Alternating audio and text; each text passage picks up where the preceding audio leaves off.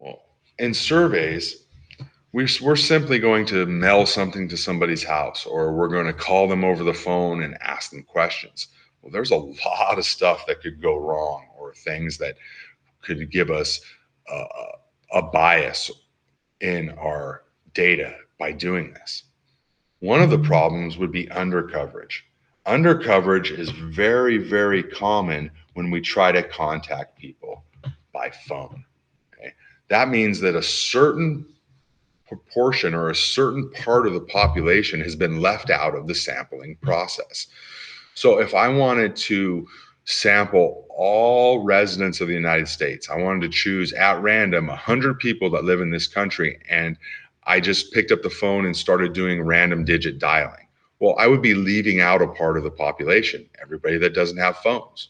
Okay? If I wanted to send out a survey through mail, well, I would be leaving out anybody that doesn't have a house, anybody that uh, doesn't have a residence. I wouldn't be able to mail them the sample or the questions that I'm trying to answer.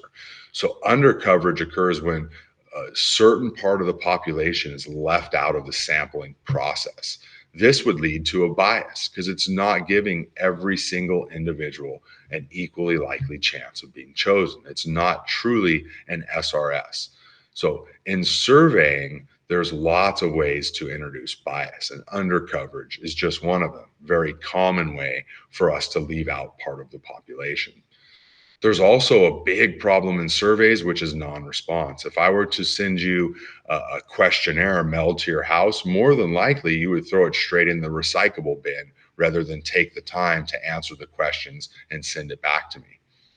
If I called you at home or I called your cell phone and said, "Hey, I don't want to sell you anything. I just need to ask you some questions," you would say, "Oh, I'm sorry, I'm busy," and you would hang up. Or more than likely, you wouldn't recognize my number and you would just refuse to answer the phone call. So that when that happens, we call that non-response.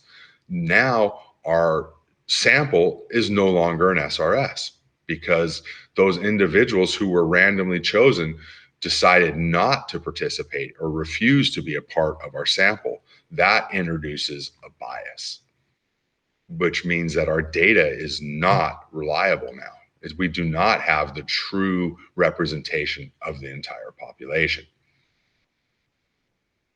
The other problem with surveys is response bias. Okay, response bias occurs mainly when people lie. They give you inaccurate information.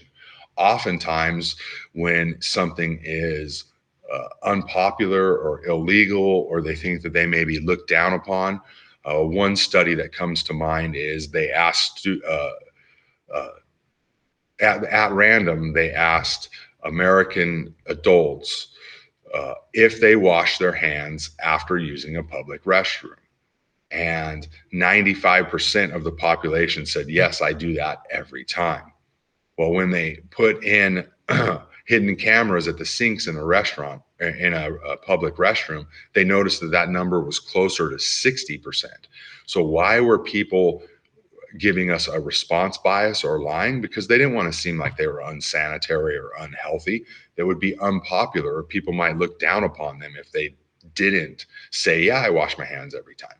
Okay, so a response bias is when people answer a question inaccurately. If your parents were around and you were asked questions about, have you ever had a sip of alcohol? You'd say, "Oh no, not me, never." Right? Where that might be a response bias because it would be unpopular, or a true answer could get you in trouble. So oftentimes people lie just for whatever reason. So really, you can think of response bias as lying. Okay, non-response, choosing not to answer. And undercoverage is leaving people out. People that should have been part of the selection process were left out of that. Right? So, what could go wrong in surveys? There's a lot of stuff that can go wrong, but these are three of the largest or most common things that go wrong in a survey.